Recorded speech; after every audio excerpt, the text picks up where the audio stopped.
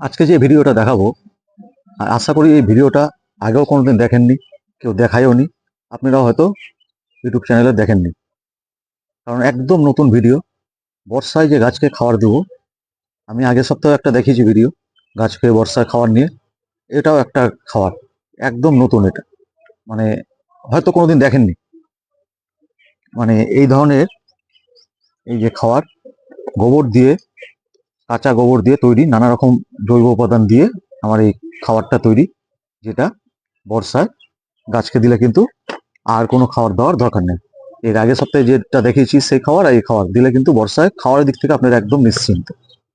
এর মধ্যে সমস্ত কিছু, গাছের রোগ প্রতিরোধ ক্ষমতা বাড়বে, পোকার হাত থেকে, ফাঙ্গাসের হাত থেকেও গাছ রক্ষা পাবে, সমস্ত কিছু হবে এই খাবারে। তাহলে কিভাবে খাবারটা আমি তৈরি করব, একটু তার আগে বলে দিই খাবারে আমি কি কি দিচ্ছি এবং তার কি কি গুণাগুণ আছে সেটা নিয়ে একটু বলে নিই। আমি প্রথমে নিয়ে নিব আমি হচ্ছে কাঁচা গোবর। মাঠে ঘাটে যে কোনো জায়গায় যেখানে গরু আছে, যাদের কাছে বাড়িতে গরু আছে তাদের কাছ থেকেও নিয়ে আসতে পারেন কাঁচা গোবর। কাঁচা গোবর যদি না পান, তার পরিবর্তে কি দিবেন সেটা আমি পরে বলছি। আচ্ছা, এখন বলি কাঁচা গোবরের মধ্যে কি আছে।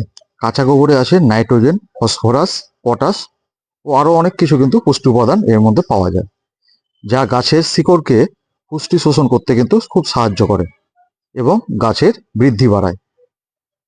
মাটির যেমন স্বাস্থ্য উন্নত করে, উপকারী জীবাণু বৃদ্ধি ঘটায় ও ক্ষতিকর জীবাণু কিন্তু সংখ্যা কমায়।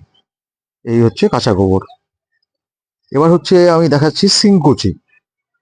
সিংকুচিতে আছে নাইট্রোজেন, ফসফরাস, ক্যালসিয়াম, ম্যাগনেসিয়াম ও কিছু ট্রেস এলিমেন্টও থাকে। সিংকুচি ব্যবহারের ফলে গাছ কিন্তু দ্রুত পরিপক্ক হয় এবং প্রতিকূল আবহাওয়ার সাথে মোকাবিলা করতেও কিন্তু সক্ষম হয় এই গাছ। এটি গাছের প্রয়োজনীয় খাদ্য উৎপাদনের অনুঘটক হিসাবেও কাজ করে, যা অন্যান্য সারের চেয়ে কিন্তু খুব দ্রুত কাজ করে হচ্ছে এই সিংকুচি। এরপরে আমি দেখাচ্ছি হাড়ের গুঁড়া। হাড়ের গুঁড়াতে আছে কি আছে, হাড়ের গুঁড়াতে পাওয়া যায় ফসফরাস, ক্যালসিয়াম, প্রোটিন ও অনেক কিন্তু খনিজ উপাদান থাকে এই হাড়ের গুঁড়ার মধ্যে। হাড়ের গুঁড়া ব্যবহারের ফলে গাছের কিন্তু কাণ্ড ও পাতা গাঢ় সবুজ হয়, গাছের পুষ্টি উপাদান সরবরাহ করে, মাটিকে উন্নত করে, কারণ এটি ধীরে ধীরে মুক্তি পায় কিন্তু। এরপরে আমি চলে আসছি, আপনাদের দিতে হবে সরিষার খোল। সরিষার খোলের গুঁড়া। সরিষার খোলের গুঁড়াতে কি আছে? সরিষার খোলের গুঁড়াতে আছে nitrogen, phosphorus, potassium, calcium, magnesium, iron, copper, micronutrient ও ম্যাক্রোনিউট্রেন, যা উদ্ভিদের বৃদ্ধি ও ফুল ফলের মান উন্নত করে, রোগ প্রতিরোধ ক্ষমতা বৃদ্ধি করে, জলের নিয়ন্ত্রণ করে, উদ্ভিদের বিভিন্ন বিপাকীয় প্রক্রিয়ায় সাহায্য করে এই কিন্তু সরিষার খোল। এটা হচ্ছে ডিমের খোসার গুঁড়া। ডিমের সেদ্ধ করে ডিম খান বা অমলেট করে খান, খাওয়ার পর ডিমের খোসাটাকে ভালো করে ধুয়ে রোদ্দুরে শুকিয়ে একটু গুঁড়া করে নিতে হবে। এই ডিমের খোসাতে কিন্তু কি আছে, ক্যালসিয়াম পাই যেমন আমরা, ম্যাগনেসিয়াম পাই, পটাশিয়াম, জিঙ্ক, আয়রন ও অনেক খনিজ উপাদান কিন্তু আমরা পেয়ে থাকি এই ডিমের খোসায়। ডিমের খোসার গুঁড়া উদ্ভিদের কিন্তু প্রয়োজনীয় পুষ্টির মধ্যে একটি। এই গুঁড়া মাটির কিন্তু উর্বরতা ভালো বৃদ্ধি করে, মাটির পিএইচ লেভেলকেও বাড়াতে সাহায্য করে, আর পোকামাকড়ের হাত থেকে কিন্তু রক্ষা করে এই ডিমের খোসা। এবার আমি দিব হচ্ছে নিম পাতার গুঁড়া বা নিম খোল। এই নিম পাতার গুঁড়াতে গাছের জন্য কিন্তু অনেক পুষ্টি উপাদান থাকে। এতে বিভিন্ন ধরনের ফাইটোকেমিক্যাল এবং বায়োপেস্টিসাইডাল থাকে, যা গাছকে রোগ পোকার হাত থেকে কিন্তু রক্ষা করে। এতে নানা ধরনের কিন্তু মাইক্রোনিউট্রিয়েন্ট ও ম্যাক্রোনিউট্রিয়েন্টও থাকে, যা মাটির গুণগত মান উন্নত করে। এবার দেখাচ্ছি আপনাদের কি করে এই জিনিসটা তৈরি করতে হবে। এই যে ফার্স্ট কাঁচা গোবর নিয়ে নিয়েছি। কাঁচা গোবর যদি বেশি নরম থাকে, একটু রোদ্রে 1 থেকে 2 দিন রেখে দিয়ে একটু টাইট করে নেবেন, তাহলে সুবিধা হবে। বেশি নরম থাকলে অসুবিধা হবে। আর যদি টাইট গোবর পেয়ে গেলে তো খুবই ভালো, নাহলে একটু টাইট রোদ্রে শুকিয়ে একটু টাইট করে নেবেন।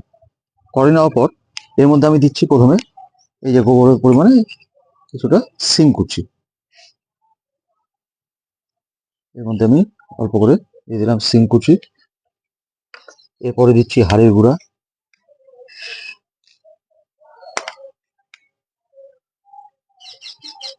এরপরে দিব সরিষার খোল,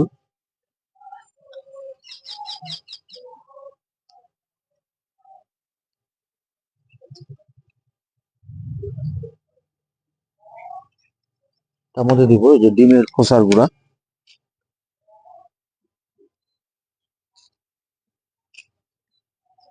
আর দেবো একটু নিম খোল বা নিম পাতার গুঁড়া।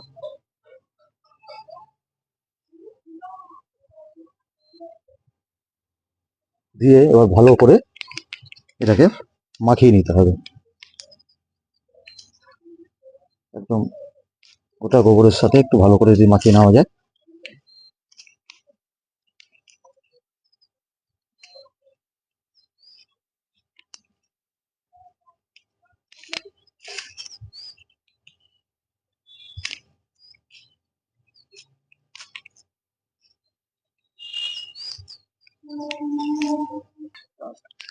এইভাবে ভালো করে মেখে নিতে হবে। মেখে নেওয়ার পর এই যে এরকম গুলি করে করে আমি যেমন এইভাবে আগেরটা করেছিলাম এইভাবে আমি শুধু দিয়ে দিতাম। এবার আপনারা এইভাবে করতে হবে তার ব্যাপার নাই, বড় করে নিয়েও যদি মনে করেন একটু বড় করব, বড় করে দেওয়ার সময় গাছে ভেঙে ভেঙে দিতে পারেন, তাতেও কোনো আপত্তি নাই। এভাবে বড় করে নিলেন, এবার শুকাবে যখন এটাকে ভেঙে ভেঙেও দিতে পারেন, যেমন খুশি করে আপনারা কিন্তু করতে পারেন।